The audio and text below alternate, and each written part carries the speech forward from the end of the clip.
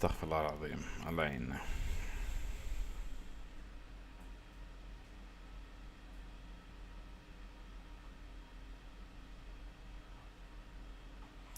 استغفر الله العظيم الله يعيننا.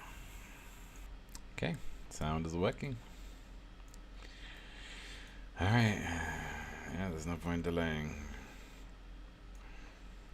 3, 2. Assalamu alaikum wa rahmatullahi wa barakatuh. Welcome back to another episode of Quran in English. My name is Ahmed and I'm happy to take you through the next section of Surah An-Naml, which ends on 55 and starts on 27. It's the 27th chapter. Surah An-Naml means the chapter of the ants. And it ends on a very spicy verse. And I have about 40 minutes to try and get through all of this today, so we'll see if I can manage it all or if I have to put the second part of the... If it comes out today, then it came out today. If it comes out tomorrow, it comes out tomorrow. You'll see. I don't need to explain too much. Anyway, before I get into it, let me explain what am I doing. I'm learning about the Quran. I'm reading it in Arabic but discussing it in English. I will make mistakes. I will have a different perspective than what is the status quo. So if you don't like that, don't watch. But if you do, then this is the channel for you. All right, off we go. أعوذ بالله من الشيطان الرجيم بسم الله الرحمن الرحيم. And it's relevant because it's going to come in this chapter. But off we go.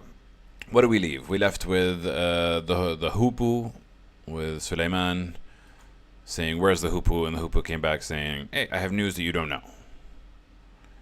And so Solomon said, قال سننظر أصدقت أم كنت من الكاذبين. He said, we will wait. We will wait. We will see. Today's after. We will see. We will see if you're speaking the truth or if you are one of the liars. Oh. My alarm to take the vitamins that I've already taken is gone off. Okay. So we said to the hoopoe, we'll see if you're telling the truth or if you are one of the liars. Which is like a strange conversation to be having with a bird. You know what I mean? Interesting. Anyway. So Sulaiman continues. اذهب بكتابي هذا فألقه إليهم ثم تولى عنهم فانظر ماذا يرجعون. Go. So the word is book, but the context explains that it's a letter.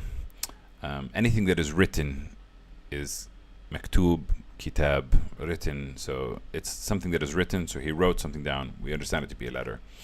Go with this letter and deliver it to them, then turn away from them and see what they return with. So send them a letter from me and then stand in the back and then kind of see what's happening, because nobody expects that a bird is spying on them. You know what I mean? قالت يا أيها الملأ إني ألقي إلي كتاب كريم.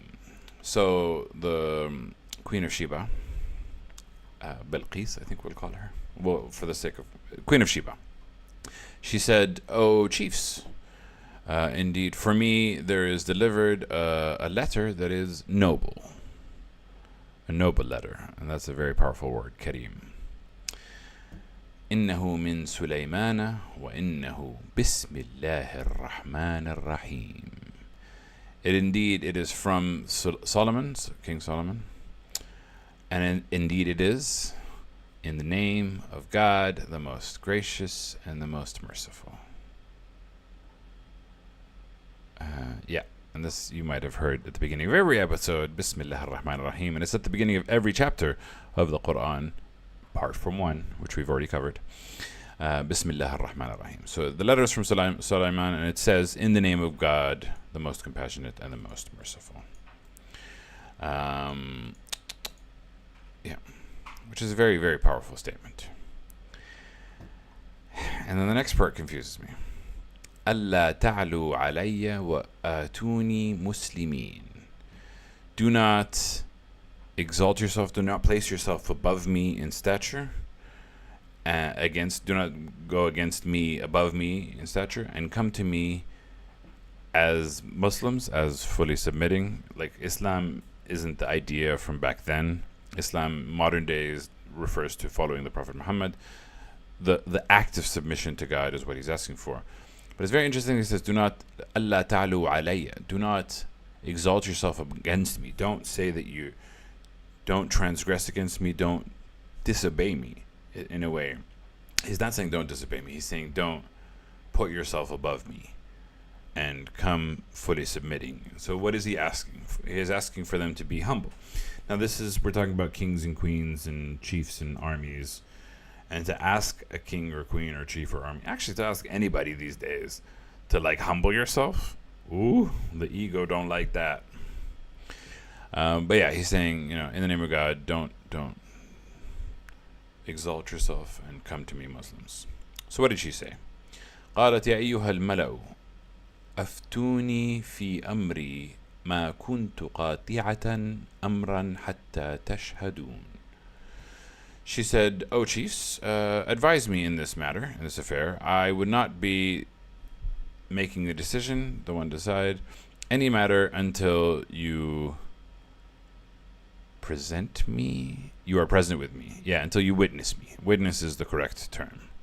Until you witness, until you give me court. So they said, قالوا نحن أولو قوة وأولو بأس شديد والأمر إليك فانظري ماذا تأمرين. They said, we are the possessors of strength and the possessors of might, that is great, and the matter is to you. The matter comes to you, so look about what you command. So they said, we have the power, we have the strength, it's your choice. What would you like to do? Because another king is telling them, submit, essentially. But he's saying submit to God. He's not saying submit to himself. But in a way, it's both. قالت إن الملوك إذا دخلوا قرية أفسدوها وجعلوا أعزة أهلها أذلة وكذلك يفعلون. She said, indeed, the kings, when they enter a town or a village, they ruin it. They destroyed it. And they make the most honorable of its people the lowest. They humiliate its nobles. And this is how they do. This is what they do. So she's like, okay, so a king is coming telling me to submit. And but I've seen it before. If a king comes into town, they're going to destroy everything. وإني مرسلة إليهم بهداية فناظرة بما يرجع وإني مرسلة إليهم بهداية فناظرة بما يرجع المرسلون. I'm trying to do this. It's fine. She said, but I am going to send to them a gift, and I will see with what they return the messages, with what the messengers will return with. So here they've added a little footnote because they've also read through. The footnote is, she wanted to test Solomon to see if he was only a king so that he would be satisfied with the tribute or money, is that what he wants, or a prophet who would settle with the submission to the true God. Which I think is a bit more complicated. I think what she said in the previous verse, she wants us to understand what he wants. So she's sending him a gift and she's seeing his reaction. Does he want to invade, corrupt? She's testing his ego, essentially. She's saying, does he want things, or does he want what he truly wants, which is that he wants us to submit to God. فلما جاء سليمان قال أتمدونني بمال فما آتاني الله خير مما آتاكم بل أنتم بهديتكم تفرحون. So when it came to Solomon, King Solomon, he said, do you extend me, do you provide me wealth? What has been given to me by God is better from what he has given you. Nay, you are the ones in your gift rejoicing. You are the ones that rejoice in your gift. This gift is for you. This is what you value, not what I value. God has given me more and greater. أرجع إليهم فلنأتينهم بجنود لا قبل لهم بها ولا نخرجنهم منها أذلة وهم صاغرون. He said, return to them, so we will come to them with armies that they will not be able to resist. They will not be able to resist, of it, and surely we will drive them out from there in humiliation while they are صغيرون is small. Hi ZBDB. While they are small, but it means that they're fully humbled. Hi ZB. No MTG. I told you we quit. I'm a Quran reader now. But nice to see you. Interesting to see you on YouTube, not on Twitch. Hello. Yeah, so what was Solomon's message is that go back to them and we'll come to them with armies that they cannot resist, and we will drive them out from there in humiliation. Like, he was angry with the offer. So the way that she's testing him out is kind of working in a way, because she's like, oh, okay, this guy means what he says. And they will be abased. He said they'll be like very humiliated, fully humbled. Let's see what the footnote says. If they refuse to submit, which we'll see. But Solomon had another idea. قال يا أيها الملأ أيكم يأتيني بعرشها قبل أن يأتوني مسلمين. He said, O chiefs, which of you will bring me her throne before they come to me in submission? So he sent word. He said, I'm going to destroy you unless you come to me in submission. So she's on her way. But he told his chiefs, who's going to bring me her throne before they get here? Which sounds a bit insane, but this is where magic comes in. Oh, ZB, actually you asked for magic, and magic has arrived in the Quran. That's very interesting. قال عفريت من الجن أنا آتيك به قبل أن تقوم من مقامك وإني عليه لقوي أمين. An Ifrit said, Ifrit. So they've translated it to mighty jinn. Ifrit is a type of jinn, as we understand it in different contexts. I don't know specifically where it comes, but either way, it's not a human. It's a spiritual creature. A spiritual creature. Oh, from jinn. That's how we know it's from jinn, because it said it in the next words. قال عفريت من الجن. So Ifrit is a type of jinn. I am bringing to you. I'll bring to you the throne before you stand or you rise from your seat. As you're seated, by the time you get up, I'll bring it to you. And indeed, I am surely strong and surely trustworthy. But Solomon gets another better offer. قال الذي عنده علم من الكتاب أنا آتيك به قبل أن يرتد إليك طرفك فلما رآه مستقرا عنده قال هذا من فضل ربي ليبلوني وأشكر أم أكفر ومن شكر فإنما يشكر لنفسه ومن كفر فإنه ربي غني كريم. And then said the one that was with him, which we don't know who this is, but someone that was with Solomon. So it felt like one of his chiefs, but this one's not one of his chiefs because he's with him rather than one of his chiefs. Oh, sorry, no, I misunderstood. So the one who said, who has with him the knowledge. Guys, I'm tired, I'm sorry. The one who said that has with him knowledge from the book. Now, the book is a term that we have heard time and time again. The Quran is often referred to as the book.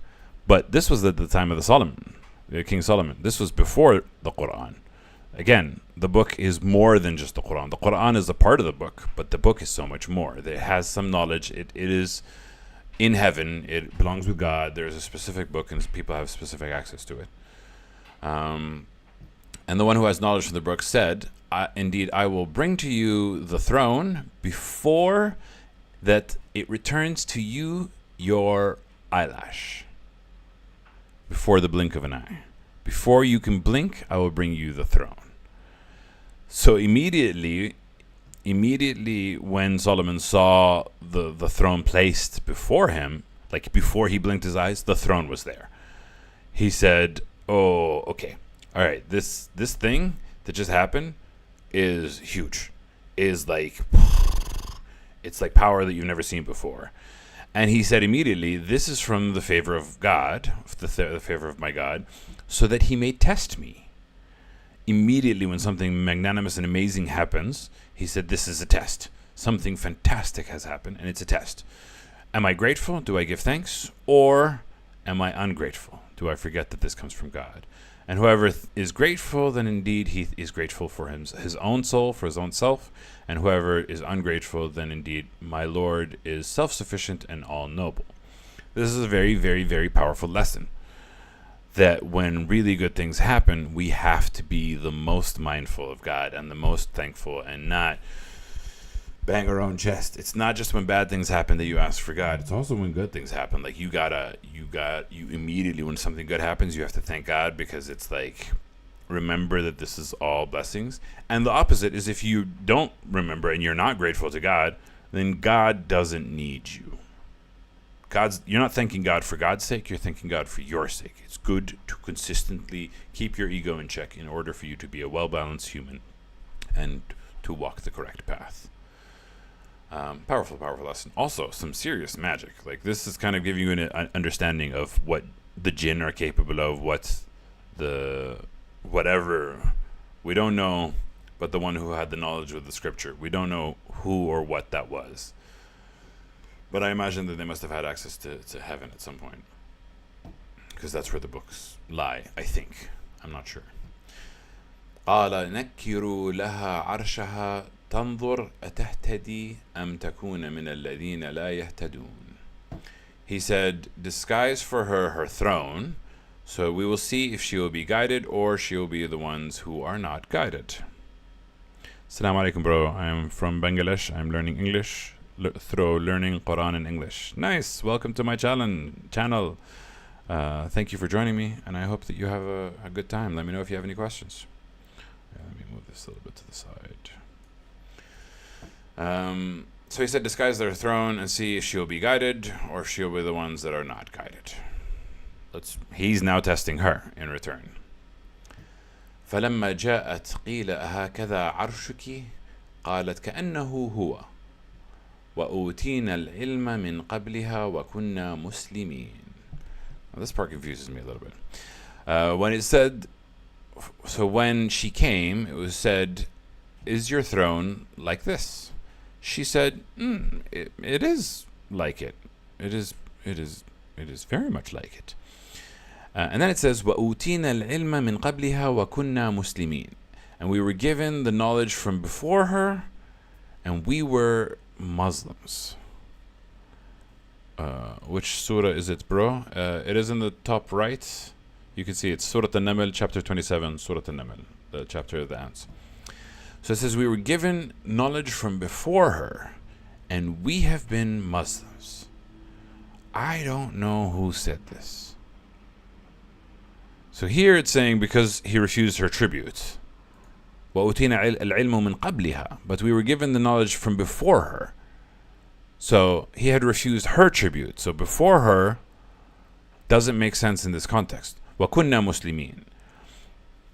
I think, if I understood it correctly, the way that I understood it the previous time that I read it earlier today, is that before we were given the knowledge that God exists, and from before her, and we were Muslims. We used to be Muslims. I think this is what it's saying, because as it continues, it makes more sense. وصدها ما كانت تعبد من دون الله إنها كانت من قوم كافرين. And what stopped her from believing, they used to be Muslims, and what stopped her from believing, from worshipping God, from worshipping besides God, min dun Allahi, from without God, from besides God. It's very important because the last verse is going to be very difficult. And what stopped her from worshipping God, min dun Allahi, from besides God, is that she was from a people that were disbelieving. So she used to believe, but she stopped believing because the people around her stopped believing. I am working on Surah Al-Fajr, verses 27 to 30. I haven't reached Surah Al-Fajr. Al-Fajr? I haven't reached that. We're in chapter 27, Surah An-Naml. So I think she used to believe, so this makes more sense to me. They were given knowledge from before her, and they used to be Muslims, but what stopped her from worshipping God is that her people were disbelieving. So she used to believe, but then she stopped because the people around her didn't believe. قيل لها ادخلي الصرح فلما رأته حسبته لجة وكشفت عن ساقيها قال إنه صرح ممرد من قوارير قالت ربي إني ظلمت نفسي وأسلمت مع سليمان لله رب العالمين. So when it was said to her, enter the palace. So when she saw the palace floor, she thought it was a pool. She thought, oh, this is water. So she uncovered her shins, she uncovered her feet, and she was about to step into it. But Sulaiman said, no, indeed, it's a palace. It's marble. It's made smooth from glass. So what you're looking at, it's glass. It's not water, it's glass, and it's just made smooth. And that's when she realized that what Solomon possesses so much greater than she's seen before. And she said, my Lord, indeed, I have wronged myself, and I submit with Solomon to God, the Lord of the worlds. Which is kind of funny that was the moment that brought her back to God. The paneling on the floor, the clear glass making her think it was water, that was the moment she saw God's glory and God's grace, which is kind of amazing. Our roads to Damascus, for lack of a better phrase, even though I hate that example from Paul, and we'll get into the critique of the Bible at a later date, our come to God moments come in different ways and shapes and forms. There's a specific moment that helps us come to God, I think. We all have a different way. Some never do, so good luck. But hers came through the floor, and that's when she realized that I've wronged my soul, and now I fully submit with King Solomon, king of the worlds. Beautiful story. ولقد أرسلنا إلى ثمود أخاهم صالحا أن اعبدوا الله فإذا هم فريقان يختصمون. And when we sent to Thamud their brother Salih, we know Salih went to Thamud, and it was their brother, so he was a part of them, that they should worship God. Then behold, there were two parties that were quarreling. There were two opposing groups. There's also there are verses of Surah Al-Hashur. I don't know what you're saying. But they became into two parties, believers and disbelievers, which generally the world is saying...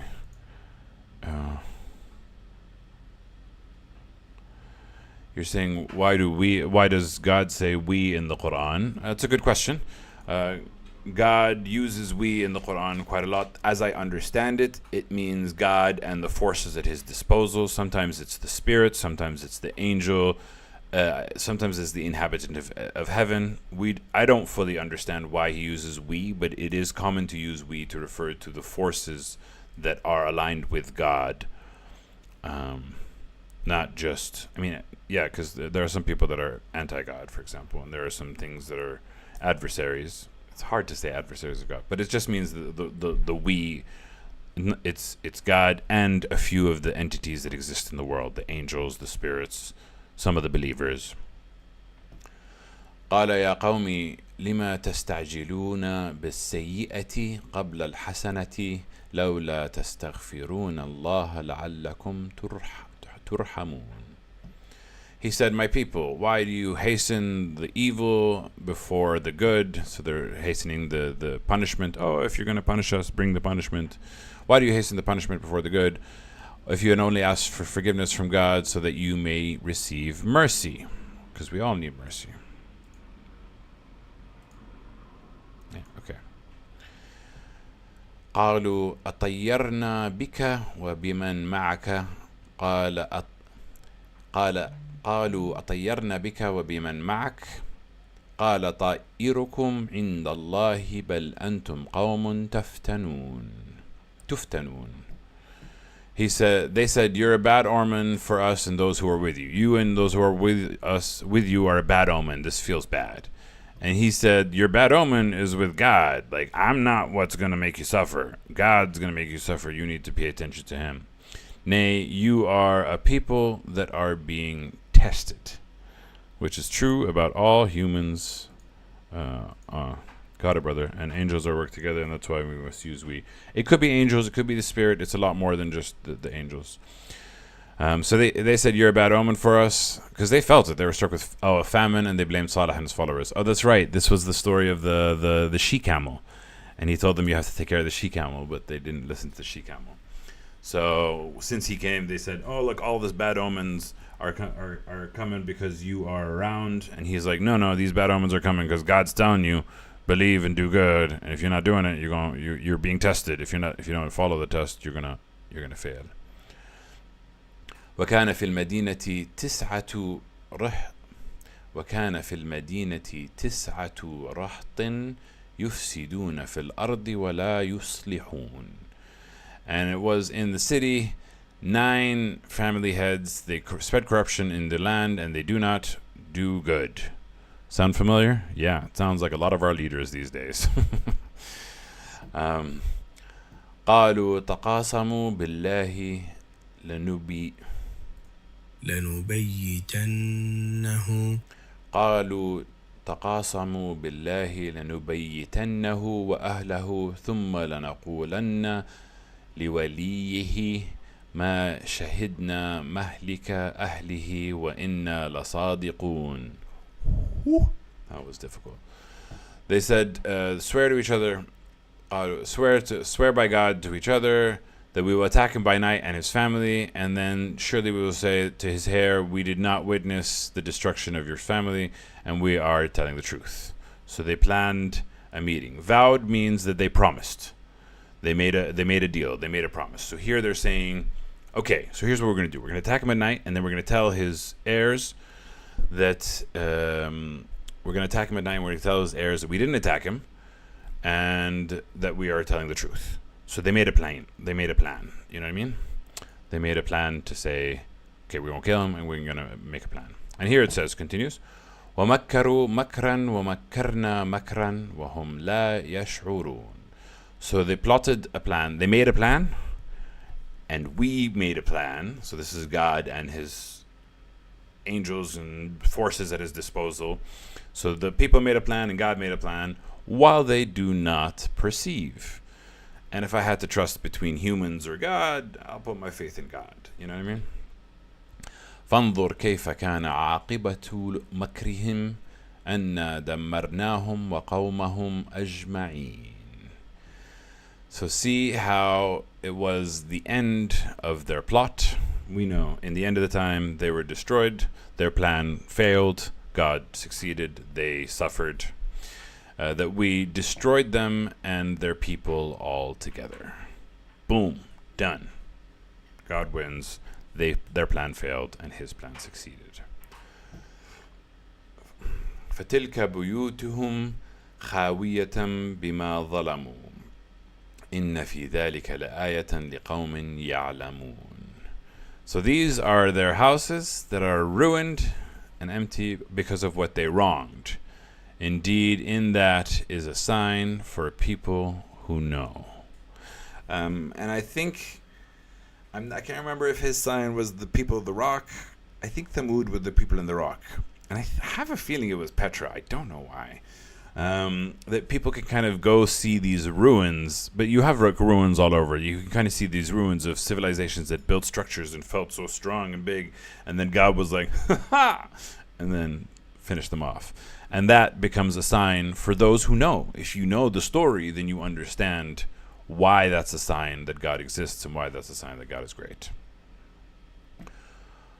وَأَنْجَيْنَا الَّذِينَ آمَنُوا وَكَانُوا يَتَّقُونَ. And we saved the ones who believed and they used to be mindful. Mindful is the correct word. Fear is not. Because of their wrongdoing. Exactly. Circline English? Circline English. So we saved the ones who believed. So it's not just they destroyed everyone. If you believe and be mindful, you will be saved. And now the last 2 verses for today, obviously going to be very spicy. But وَلُوطًا إِذْ قَالَ لِقَوْمِهِ أَتَأْتُونَ الْفَاحِشَةَ وَأَنْتُمْ تُبْصِرُونَ. And Lut, the Prophet Lut, if he said to his people, do you commit the sin, the sexual sin of immorality? Well, fahisha can also mean non-sexual sin, but it does apply to a sexual sin, and we will see why in a second. Do you commit this grave error while you are observing, while you can see? وأنتم تبصرون. Huh. While you see. I wonder if seeing has anything to do with it. But anyway. أئنكم لتأتون الرجال شهوة من دون النساء بل أنتم قوم تجهلون. Do you approach men with lust من دون النساء. They've translated it to instead of women, but it can also mean without women. I will die on this grave. Do you enter lust after men without women? Nay, you are a people that are ignorant. Rebuked, meaning, where is rebuked? Did we say rebuked? Prophet Lut when he came, yes. English brother, circle line nickname. Prophet Lut when he came, rebuked meaning?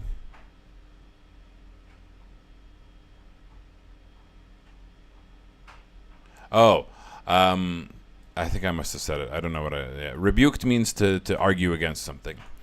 So most commonly, this phrase إنكم لتأتون الرجال شهوة من دون النساء is a phrase that is used by a lot of people to indicate that, oh, this means that they were being homosexual because they were lusting over men, not women. Now, my perspective on this verse that gets repeated many, many times is several things are being said.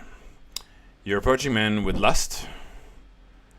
Min dun nisa'i can mean instead of women, because we heard it before. We've heard it many times in the Quran. Min dun Allah, ya'buduna min dun Allahi. They worship instead of God. So it can mean instead of, 100%. I agree. It can also mean without women. And then the questions come up to mind. Does that mean approaching women with lust is good? And what does that mean for women? Are women allowed to approach women with lust? Because that doesn't make sense if in the context of anti-homosexuality. And what does it mean to approach love? And does it have anything to do with وَأَنْتُمْ تُبْصِرُونَ, while you see? And we have seen the story of Lut multiple times in the Quran, and the story of Lut, of them refusing the angels being sent down. Now, I'm a fan of Occam's razor. Occam's razor is the simplest explanation, is usually the correct one. I completely understand why the simplest explanation of this إنكم لتأتون الرجال شهوة من دون النساء sounds like this is the most simplest explanation, is that you're lusting after men, not women. But it does not encounter for both genders. It doesn't account for men and women. And we do know that the wife of Lut was one of the offenders, and she stayed back and she suffered the punishment from God. So what was her sin? Her sin was lusting over men instead of women? Because then aren't women supposed to be attracted to men? Which then makes me go, it doesn't make sense that this is about attraction to men and not women. You know what I mean? Because again, his wife had committed the same sins. And it doesn't apply to women in general. What, does this verse not apply to women? What were the women doing? Because the people of Lut were committing al-fahisha, not just the men. And I know that qawm can mean men, but qawm can also mean men and women. If anything doesn't make sense to you, please share problems with an Islamic knowledgeable person. No, that is not what I'm doing here at this channel. I'm here trying to understand and form my own opinions, because I would like to see what I understand first.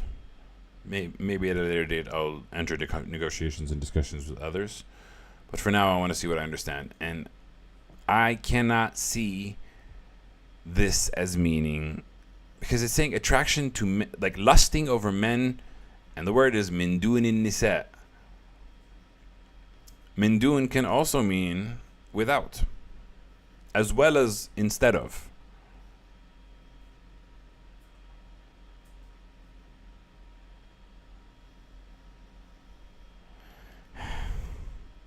Listen, I get it.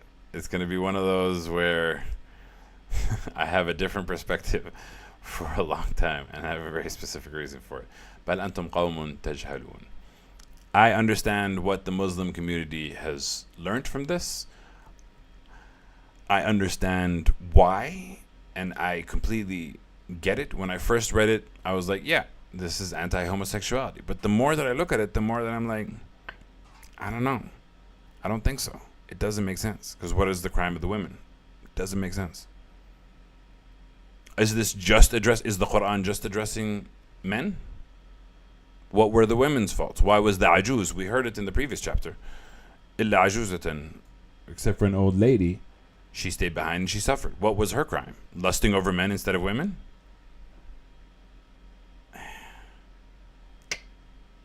Make it make sense. Yeah, I know that your mom inspired you to read. It's a bunch of things. I've discussed Quran with my mom. I've discussed Quran with my dad. I've discussed Quran with strangers. I post online. I am very much interested in figuring out what is the truth and what is accurate and what is fixed. And I don't see this as anti-homosexuality. I see this, like one scenario, the example in my mind is that you're lusting over men instead of women.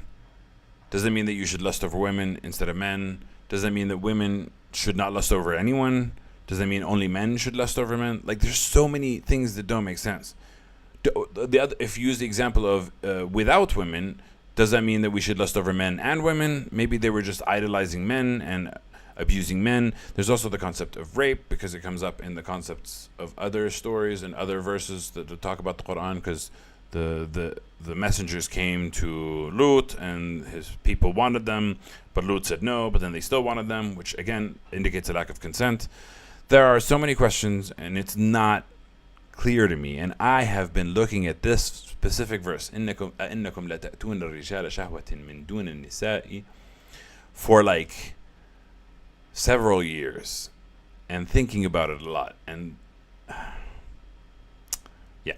Anyway, that's the verses for today. Thank you all for watching. I appreciate you, and as usual, we always end with صدق الله العلي العظيم, and you guys will catch